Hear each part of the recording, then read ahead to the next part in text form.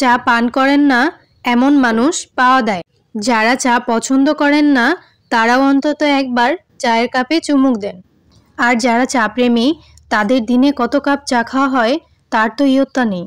তবে কখনো কি ভেবে দেখেছেন দিনে ঠিক কয় কাপ চা পান করা উচিত? বিশেষজ্ঞদের মতে একজনের দিনে 3 কাপের কম চা খাওয়া উচিত।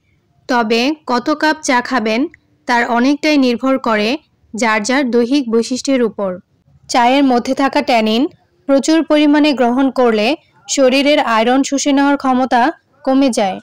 চা এমনিতে মাথা ব্যথা কমালেও অতিরিক্ত চা পান করলে মাথা ঘোরাতে পারে।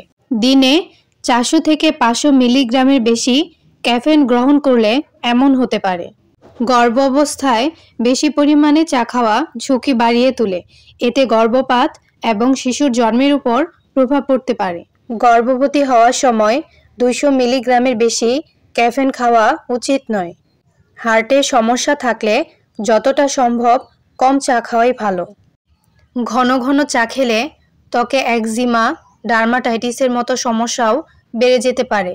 ফলে ত্বক লাল হয়ে যাওয়া, ঘন ঘন রেশ বেরোনো কিংবা ব্রণের সমস্যাও বেড়ে যেতে পারে।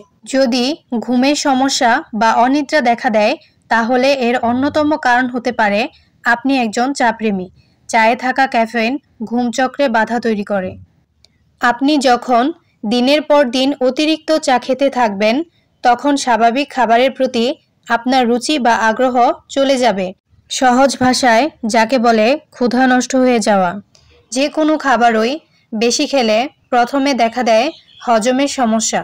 অতিরিক্ত চা খেলে হজমের সমস্যার পাশাপাশি হতে পারে বুকে ব্যথা। হজমের সমস্যা ও অনিদ্রার কারণে আপনার মেজাজ একটুতেই খিটখিটে হয়ে যাবে। তাই অতিরিক্ত চা খাওয়া থেকে বিরত থাকুন। অনেকে ভাবেন সকালে চা খেলে পেট পরিষ্কার হয়, তবে বেশি চা খেলে কোষ্ঠকাঠিন্য হয়। চায়ের মধ্যে থিওফিনাইল নামক এক ধরনের উপাদান রয়েছে।